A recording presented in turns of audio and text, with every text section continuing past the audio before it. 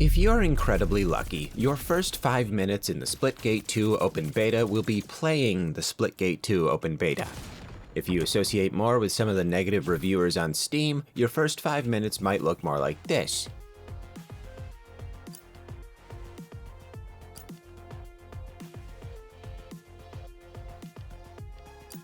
I was fortunate enough to get into a game on my first try, but since then it has been a challenge. Now, I'm not one to back down from a challenge unless of course it's either difficult or time-consuming. Even so, it has been worth the aggravation of server issues just to experience this game. In my first game, we were wiping the floor with the other team, which is a very weird phrase when you think about it.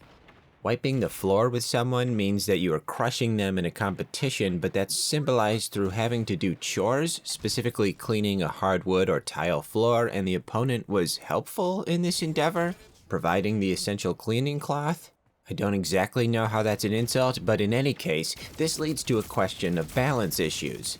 Did the game know that we were going to be the superior crew, or was it too early in the beta to know anyone's ability level?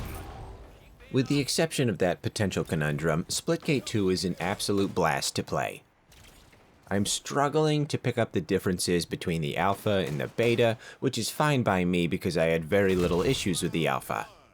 Also, since then, I've been informed that the ability to split both portals into 2 separate buttons was an option in the settings the whole time.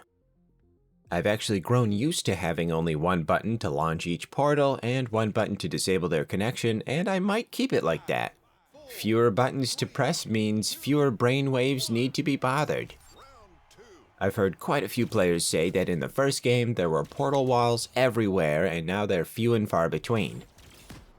I've also noticed it's harder to find the right angle to get across to more than 2 walls at a time, and I think that is by design. It was very possible in the first game to constantly bounce between walls like a pinball with no regard for the laws of physics. Now you have to plan out your flank or your escape route ahead of time. Since it is much easier to close an enemy's portal now than in the first game, only requiring a quick portal placement of your own, it's much better that the portal walls are less openly on display. When I pick up a sniper rifle or a scoped charge rifle, I do miss the bigger maps with larger open spaces, but then again, I don't miss dying every couple seconds from someone I couldn't see. The classic arena map is back with a bit of a revamp, and it's probably the most clear example of how the second game looks when compared to the original. No matter the size or density of the maps, I still sweat just from watching the loading screen, and I don't even have functional sweat glands. The additional perks, weapon customization, and character abilities give everything a solid sense of progression. There's a lot more to look forward to beyond death, destruction, and some new skins. The matches feel much more dynamic with my teammates and opponents making use of tracking, the shield wall, and whatever the third guy does. There's more of a feeling of camaraderie and teamwork, especially on the rotating objective matches like Domination. This also could go without saying, but the game is gorgeous. We've all but gotten used to games having this level of graphical fidelity, but I'd like to appreciate it for a moment. Alright, that's good enough, thanks.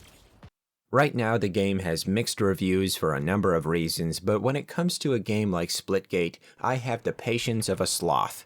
As long as the game needs to get to a consistent play experience, that's exactly how long I will wait. I need my portals. I need them. I need them. What do you think of the Splitgate 2 open beta? Do you think they should just call it Splitgate 2 because it's not really an open beta since they're charging for stuff and they should just release the game already?